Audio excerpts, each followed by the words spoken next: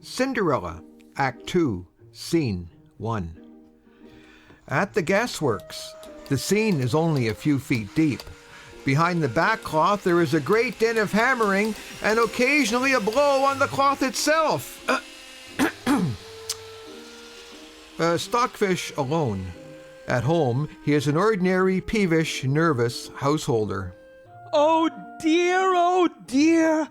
I wish I had never undertaken to give a party. If I had known all the preparations that it would involve. This fearful noise going on all day, nowhere to sit down or anything, and as soon as I get a little privacy, someone is sure to come intruding. Enter Tessman, disguised as a waiter, with a false nose and a long beard. Another waiter with him, small and Jewish. Both wear big white cotton gloves. Now, what do you want? Who on earth are you? Tessman and waiter, stepping absurdly together and keeping exact time in their words and gestures. We are the first and second hired waiters. Ah, the men from Gunter's. Now, you know I'm expecting a small party here tonight. Oh dear, what is all that noise behind? It is the stage carpenters preparing the big scene, the big set scene. I do wish they could be a little quieter about it. Well, as I say, I am expecting a small party. He is interrupted by a blow on the back cloth near his head. There, that one nearly got me. Relling and Morvik will be here, Nigel Playfair, little Asliskin, and the old crew, some chamberlains, a thin-haired gentleman, a flabby gentleman, a short-sighted gentleman, courtiers, peasants, soldiers, servants, etc. Oh, for heaven's sake, go and tell those people behind to be a little bit quieter. The audience won't hear a thing I have to say. Master, we hearken and obey. Salam. Exeunt, Tessman and waiter. Stockfish endeavors to make a speech to the audience but is drowned out by the noise. Enter Mrs. Inquest and Hedda. Hello? What's this? You didn't say anything about clothes, so we thought it best to come in fancy dress. I have come in classical costume. I am Aspasia. My costume is symbolical. I am joy. They all sit and yawn. How shall we amuse ourselves? Let us look at albums of photographs of cathedrals and places of interest that we have never visited. You promised to play paper games. Paper games? Long, dreary paper games. Let us play at words. We will take some long word. Some long, dreary word. Aleximorkigati chronologialness. Aleximorkigati chronologialness. And what do we do then? We make little words out of it. Words of not less than 8 letters. Beginning in X. How long shall we have? 40 minutes. They sit with pencils and paper. After a moment, Mrs. Inquest produces a big flute and plays the Dead March in Saul. Ugh. Ugh. Ugh. Ugh. We are having an excessively jolly evening. It might best be described as an orgy. How many words have you? None. None. I also have none. With my flute in my hand and you two at my side, I can be happy. Let us play at telegrams. Let us play at prehistoric animals in M. I do not care what game we play. All are equally dreary. Let us penetrate the blackest depths of gloom. Hilda is heard singing without. I am free, I am free, I am free. What is that? It is seldom that anyone sings near Ozma's home. Or near the gasworks? Even the birds only make a sort of croaking noise. Enter Hilda in galoshes. I am free, I am free, I am free. No more life in the prison for me. I am free as a flea. I am free, I am free, I am free. Looking at her through long-handled eyeglasses. Who can this be? We haven't a notion who this can be. What an enchanting creature. A little bourgeois. No style. Rather rococo. My, what a picnic. Are you playing with the waxworks? Chamber of Horrors, sixpence extra. What astonishing persiflage. What a pert little minx. Bad form, I call it, to be so familiar. Are you alive? Yes, we are living, deep down. We are going it inside. Do you call this living? Pah! You don't know what life is. Life is to leap and dance in the woods, to catch skylarks with the hands, to chase the roebuck and leap down the rocks. You can't do that at the gasworks. We shall have to play that game some other day. Aha! So that's the sort you are, one of the alive lot. We'll go hunting, you and I, right up there in the mountains, in the mists and clouds, near the bathing establishment. You're a huntress, aren't you? Yes, a huntress of men. A pretty wit, i'faith. I'll show you my dogs. You shall see them gulp down great bones, huge beef bones covered with flesh and gore. Ah, give me gore. That's life. Come, let's all be jolly. Let's climb down off our perch a bit. We're too intense. It's all very well for the children, but we must think of the old folk too. Remember that this is a pantomime. All right, what shall we do? Let's have a song and dance. Right you are. I'm game. To Tessman and waiter. Just keep things going till we're ready. Shall we do a short turn, governor? Yes. Exeunt, Stockfish and Hilda. Now mind, whatever you do, let your entertainment be refined. Madam, of course. Something that the children can thoroughly understand. Something really Drury Laneian. I should suggest, for instance, that you both pretend you're brokers' men and one of you is drunk and toasts a herring over a candle.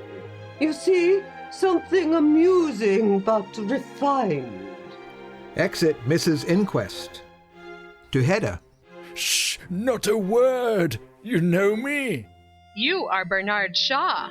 No, I'm your affianced bride. I'm Tessman of the d'Urbervilles. Introducing the waiter. This is Jude the Obscure. One must earn one's living somehow.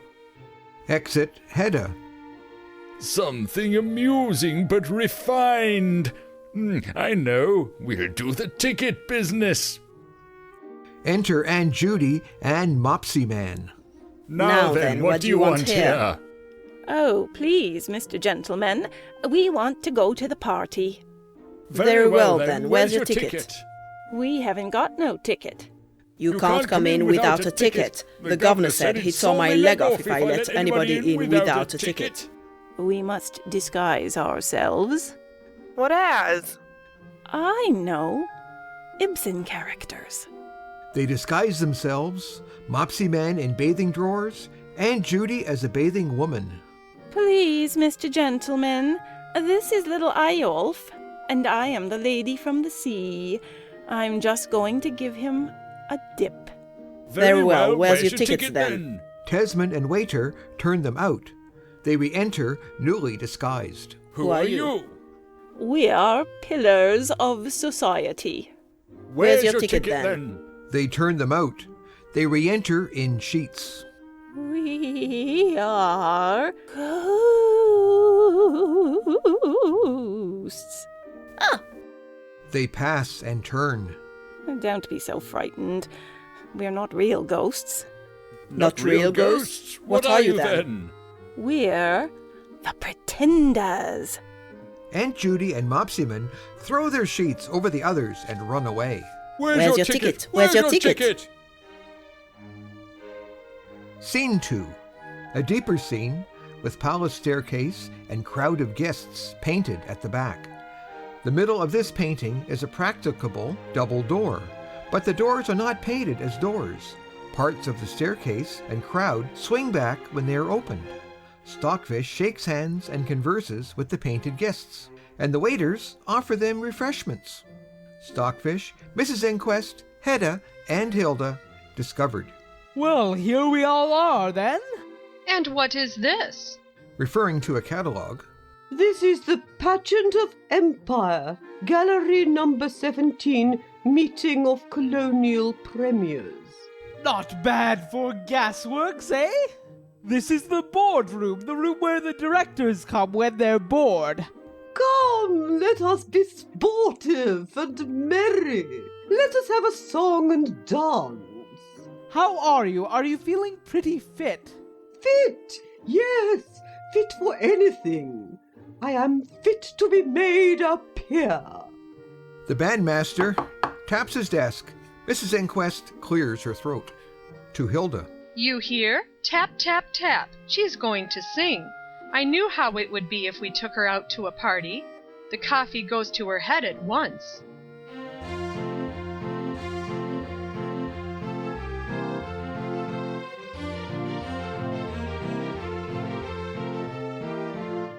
Oh, poor old Mr. Hasquith is very hard worked, I fear. He's trying to find 500 men that's fit to be made a peer. Well, he wouldn't look long if he heard this song for someone to make a knob.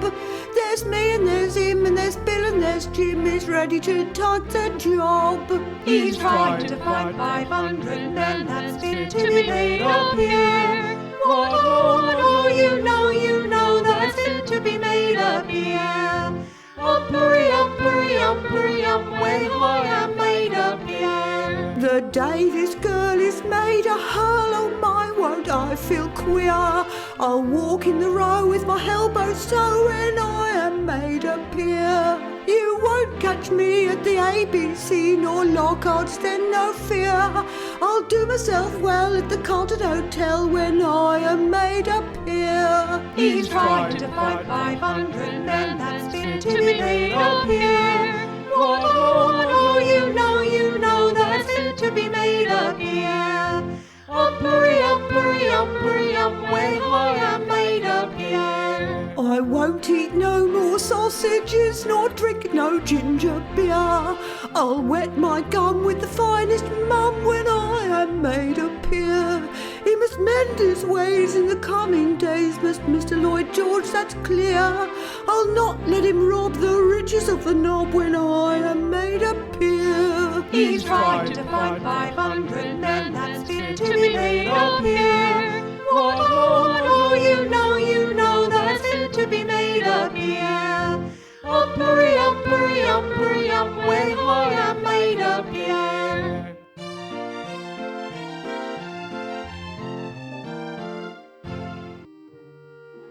Having finished the song, Mrs. Inquest takes the stage.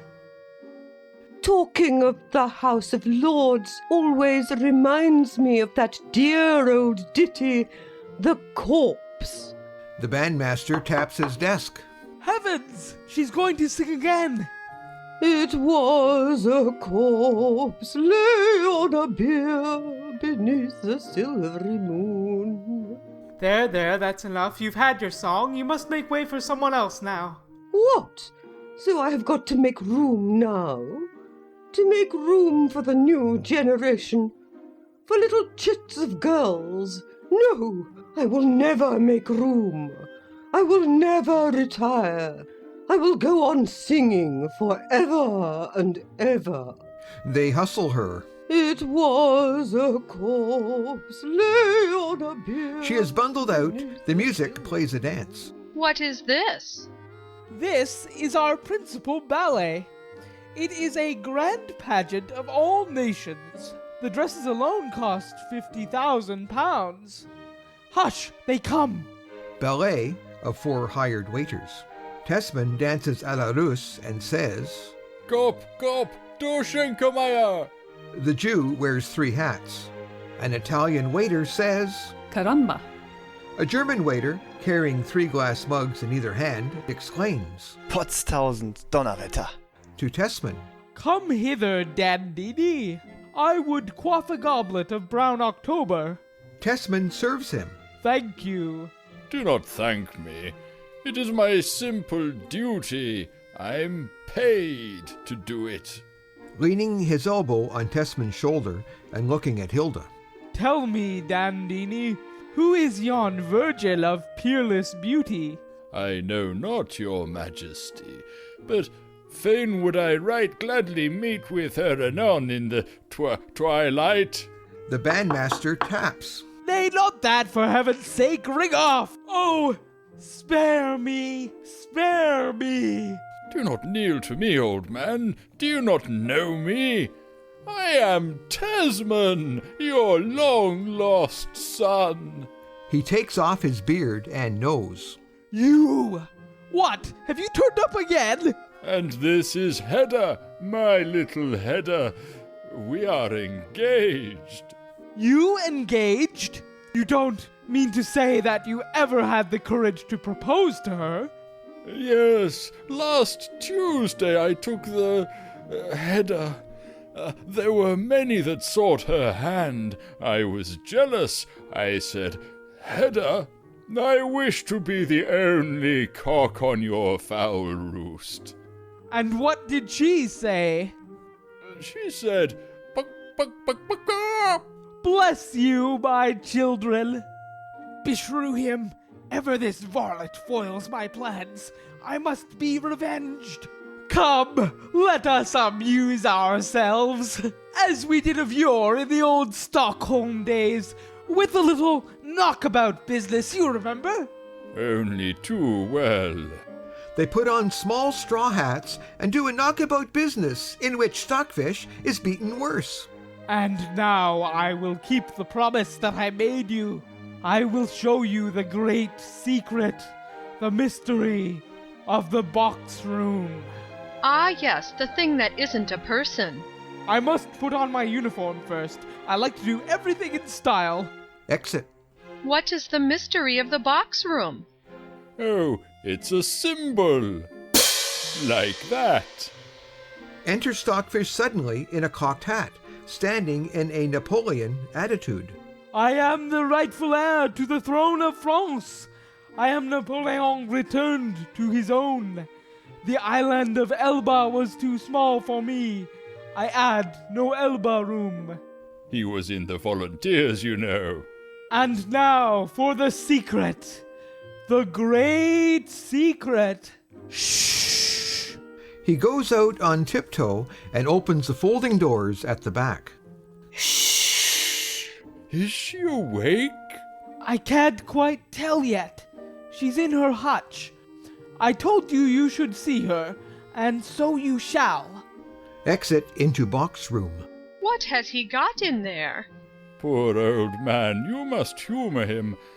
It's an idea of his. It's all the pleasure that he has now. Since he gave up taking real outdoor exercise, he goes in for big game shooting in the box room. What does he shoot? That's the secret. It's a guinea pig. A guinea pig? A real wild guinea pig. But why a guinea pig? Oh, he was swindled out of some money once by a company director. He creeps around among the boxes and trunks. He pretends they're trunks of trees and shoots at it with a pop gun. Enter Stockfish, alarmed. I say, there's something rather queer about that guinea pig today. His pop gun goes off and frightens him. She looks so fierce. She seems so much bigger than usual and uncommonly lively. A gong. Mopsy Man jumps in from the box room and Aunt Judy behind, laughing. here we are again. Did little Mopsy Man give you a bit of a turn, Herr Militar? Aha! The forest avenges itself with a vengeance. We always like coming in these funny ways, if we can. Who is this? This is Aunt Judy. She's not respectable. She's been in jail, you know. In jail? Well, well, that's a bond of union. So have I. Enter Mrs. Inquest and Madame Helseth. Why, here's Madame Helseth, too. How very mixed Norwegian society is becoming. Song and dance. Mrs. Inquest and Judy, Hedda, and Madame Helseth. We're Gibson, rickety-rackety gals, true blood, blue blood, Scandinavian swells. We're girls, dear girls, take us all in a lump. We're rather rough and we're up to snuff and we're all of us off our chum. Yes, all of us, all of us, all of us, all of us, all of us off our chum. Exit Hilda. Come, Aunt Judy, let's have a drink together. It's a long time since we met. No, thank you. Nothing for me. I've signed the pledge. What again?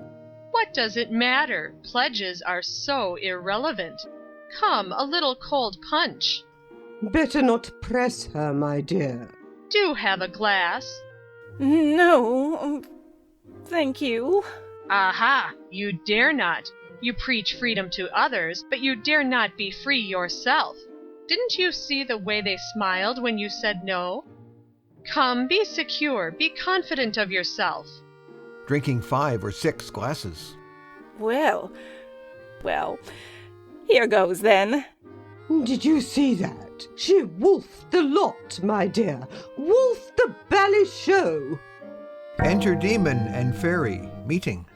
Oh, there's someone I know at last. Oh, howdy do, howdy do. Don't you know many people here? Not a soul. Upon my word, queer set of folk they've got together. Wonder where they rake 'em up. I feel rather out of it. May I have the pleasure of taking you in to supper? Exeunt arm in arm. All have gone but Stockfish. Enter Hilda in cloak and galoshes. At last, I find you alone. You're not going? Alas, poor man, it were better for you that I should. I must be back by 12. But it's only 8. You've got 4 hours? All too little for what I have to say. This is a moment that I have waited for years. Who are you, mysterious stranger? I am a woman who has found herself at last. I am the apostle of freedom. Freedom for everyone to be themselves. No social conventions, no duties, nothing but to do and to be. You are still a slave, I see, a slave of little things. You love your furniture, your glasses. I will free you from them. She goes round with a hammer, breaking everything. There! That's the sort of hairpin I am. 9 o'clock. Goodness, how time flies when you're enjoying yourself. Do you feel it beginning? Feel what? Love. No, I feel only dread. That's right. That's how it should be. I want you to loathe me and to dread me. That is what binds people together. For you are mine, mine, mine. Embracing him. Unhand me, wench! You are strangling me! Will you return my passion? I will do anything if you will only let me go. Do you loathe and love me? I will care for you with all the tenderness of a middle-aged man. I want no tenderness. I want no quiet. I want to be loved as your dogs love those great bloody bones they swallow whole. Oh, how lovely that must be. What, would you like to swallow big bones whole? No, but to be swallowed whole. 10 o'clock. I must hasten. I must get to the point. Listen to me, Stockfish. When first I saw the gasworks, I knew that it was all over with me. It was so tremendously thrilling. I couldn't believe there was anybody in the world could have built such great, enormous gasworks.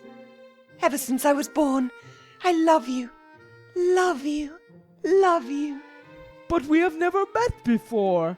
Yes, don't you remember? Long, long ago. That was up at the bathing establishment. Do you not remember?